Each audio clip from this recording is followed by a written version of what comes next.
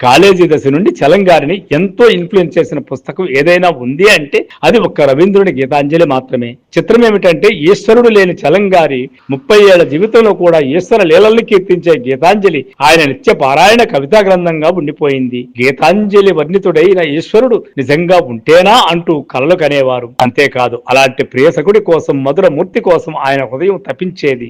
కళాశాల కాలం నుంచి కూడా చలంగారిపై గీతాంజలి ప్రభావం ఎంతో ఉంది. గీతాంజలిలోని మొదటి వాక్యానికే చలంగారు పరవశించిపోయారు. ఆయన హృదయం భక్తితో వికసించింది ఎక్కడ, ఎవరు, ఎట్టా అనే వెతకడం ప్రారంభమైంది. అలా చలంగారికి గీతాంజలి ఓ కొత్త దృక్పథాన్ని నేర్పింది. ఎక్కడో అందరాని ఈశ్వరుణ్ణి అతని సుఖ దుఃఖ నిత్య సహచరిగా, అనంత జీవిత పదచారిణిగా చేసిన పక్కన నిలబెట్టిందే గీతాంజలి. నేనున్నాను అని ఒకే ఒక ఓదార్పు వరదలై ప్రపంచాన్ని ముంచెత్తుతున్నా ఆ వెల్లువలో ఒక్క తుంపర కూడా తనపై చిమ్మకుండా హృదయం మూసిగిపోయినందుకు చలంగారు చాలానే బాధపడ్డారు. అందుకే నా ఈశ్వరుడు చచ్చిపోయినాడు, బతికి ఉంటే నా గీతాంజలిని అతనికి పాడుకుందును గదా అని అంటాడు. ఆ పరితాప ఫలమే ఠాగూర్ గీతాంజలి తెలుగు సేత.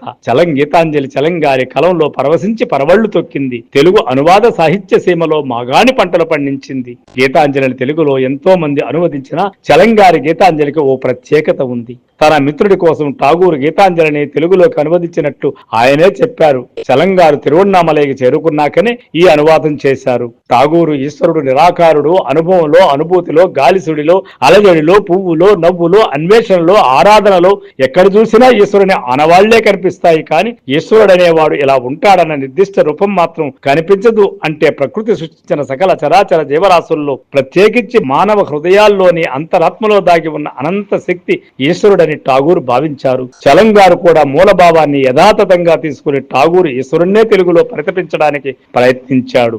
ఇలా మొట్టమొదటిసారిగాని చిట్ట చివరిగాని గీతాంజలిని ఇంతమంది రచయితలు ఇన్ని రకాలుగా అనువాదం చేసినటువంటి మొట్టమొదటి చిట్ట చివరి గ్రంథం కూడా. అయినా చలంగారు దీన్ని కలవరించినట్టుగా మరొక రచయిత కలవరించలేదనిపిస్తుంది ఆయన గీతాంజలి చదివితే. థ్యాంక్ యూ చలంగారు. చలంగారికి తెలుగు సాహిత్యం ఎప్పుడూ రుణపడి ఉంటుంది. ఆయన మ్యూజియంస్, ఆయన మైదానమే కాకుండా ఆయన ప్రధాన రచనలో గీతాంజలి కూడా ఒకటని చెప్పక తప్పదు. Thank you. ఐఎమ్ విశ్వనాథ్, మన సాహిత్యం ఛానల్.